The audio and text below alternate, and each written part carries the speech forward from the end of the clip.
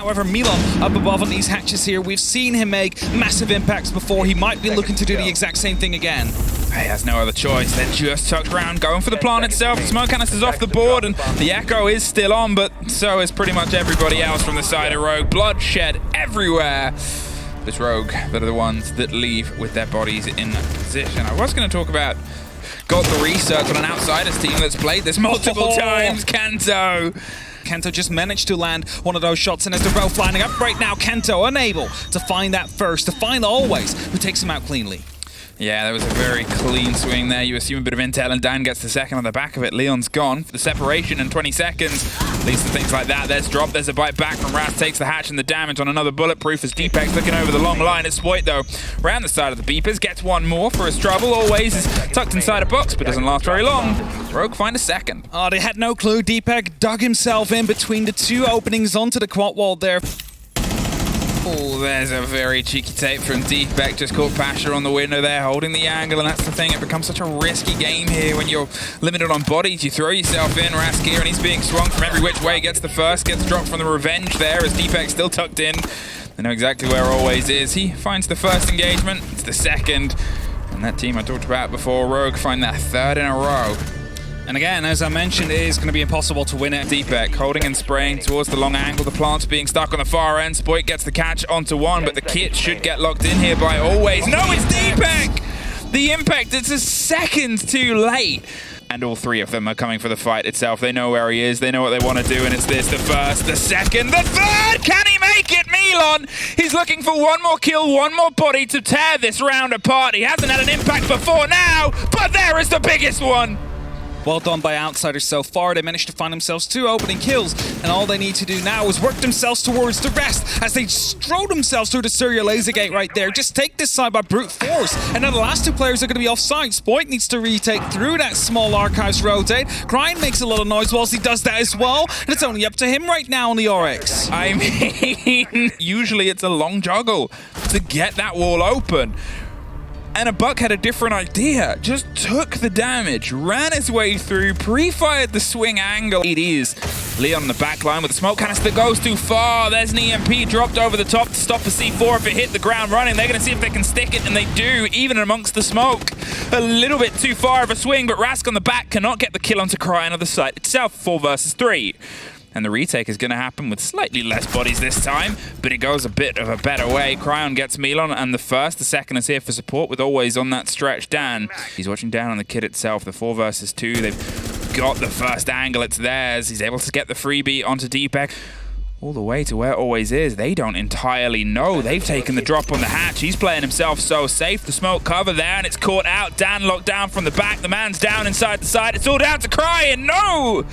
Outsiders in a 2 versus 4 and a cautious arm. And they have the ADSs onto that connecting corridor itself to buy them as much safety and sanction on any of the moves here. With Dan getting the first, Kanto goes. Milan puts a shoulder of damage into SPOIT with Cryin trying to offer some support close on the door. That should remove Milan, and there it is, the swing round. But look at this, suddenly it's just Cryin left. In the meantime, we're watching that one fight. Everything fell apart on the site itself. They went for the plant. Smoke canister stopped it, caught the kill. And this is what we're talking about at these takes. Outsiders are very good. That's it. It's a sad they like to swing that game, so it's something where they had to do it at a bit of an arm's length. The break through the door, and they're cut immediately out the door. Dan tried to go for a charge, Cryin with a triple. It's a spray onto the door itself, but a flawless is the return and the response there from the flawless that was achieved by. They're aware of the Izama that's playing right behind the keeper barricade. It's going to be very difficult for Rogue here to punch through, to muscle through from the different kind of angles that they have, but it needs to happen as Dan will find Deepek, and that is going to be a very heavy blow for Rogue. SPOIT at least gets one back and one more back right on the beeper's door. He finds a third! SPOIT cooking him inside the kitchen, looks for the fourth just on the tucky onto the cans and swing round. There's pressure on the door itself, and Kanto's able to find the kill on the back of it. It's suddenly all fallen away. There's just an echo drone, and a second. They find the first. Can he get the angle? No, both are caught out! There's the intel and the calls from a team well rehearsed in panic situations. And now he's got a much trickier task that SPOIT disagrees with. A very restrained little fist bump. Well, this time, 45 seconds, and Pasha at least gets the first, but Kanto a quick response over the shoulder of it, and Milan underneath the hatch puts the kit cold. This, the drop onto the elevator hatch, and slightly slowed here on the angle. SPOIT's going to take a shoulder of damage, but gets Milan's head for the trouble. Behind the chassis and the drone rolling their way through. They're putting all that pressure and sort of eggs into the B basket here in 10 seconds. They got to make sure it connects. It does not always. Gets the first, gets the second. Popped and locked round the corner. They're not going to overextend. They don't have to. Leon's able to find the first, the second. Oh, just missed out, but Cryan is able to catch the kill there from the window on the far end. There's SPOIT with one more. It's just always left. As I said, at one point it was scrappy, but now twice. Oh, it was almost a flawless, I was going to say. Almost again, but, you know, 3 guns lined up in the end. They can go into A. I think they could just plant right behind the desk if they wanted to. Well, that's going to slow things down a little. Dan catches SPOIT on the drop into the hatch itself. As I said, they might try and put the fight into open, and they do. Leon tucked around the corner, gets 2. Milan does find Deepak, but still, now he's got to bite back into the side. Oh! Hell of a take there. And at this point, it's an impossible situation at this moment in time, Rogue. They've played this perfectly at the very end, and it's been a fight on the way here. Outsiders, once again, very close, but Rogue, 3 points of theirs. Hello, Leon. Good evening. How are you? I'm pretty good, you know, a close win, but a win's a win, 3 points in the box. And SI, I believe we've qualified for now, so...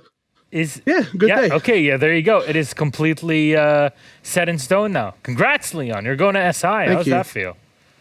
Yeah, pretty good. Second one in back-to-back years. Yeah. So, I'm here to win this one, so...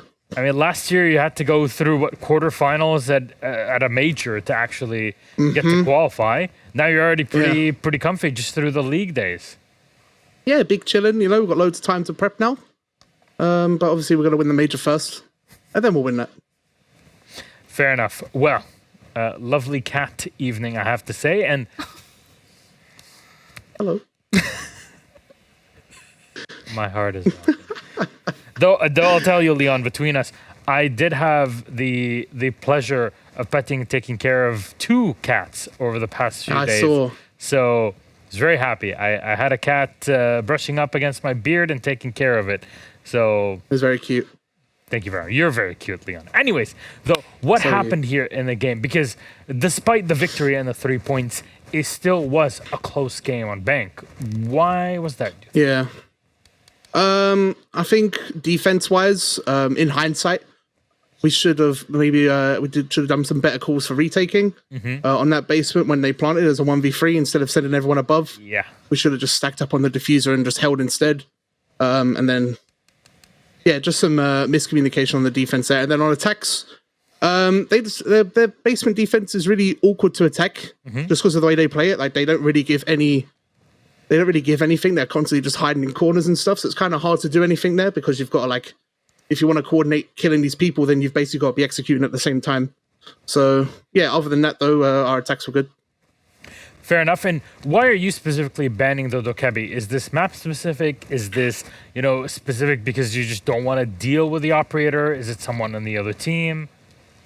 Dan crutches on that Dokebi quite a bit. Fair enough. We've noticed from them playing.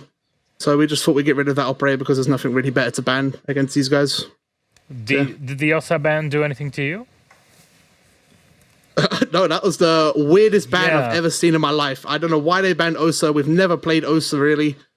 I guess they were just scared of us maybe going direct on the basement. But even then, I don't remember the last time we actually did that attack, so I don't know what they're watching to get this info off of us. Fair enough. There you go. Some answers for those pressing questions. Now, you go up against Wolves in the next play day. And I just had a chat with Rise earlier. And he was saying, it's always a good time when we go up against Rogue. They're a tough team. They're tough competition. We, at least in his mind, they believe that you two belong in the top 2 or 3 of this region. What do you echo that, or? Yeah, I agree. I think, we're quite like long-time rivals. I think like last stage as well, it was kind of a battle for first spot. And I think it's going to be the exact same this stage as well. I don't really see any other teams below us that can really take those 2 spots from us and Wolves. So, not even BDS? I definitely think it's... I mean, did you see him last week? I don't think so. Did you see him this week? Yeah, it looked just as bad. There you go. Maybe worse. That's all I needed to hear out of you. Leon, though, thank you very much. Anything you'd like to say to the fans out there? No, thank you very much for all your support.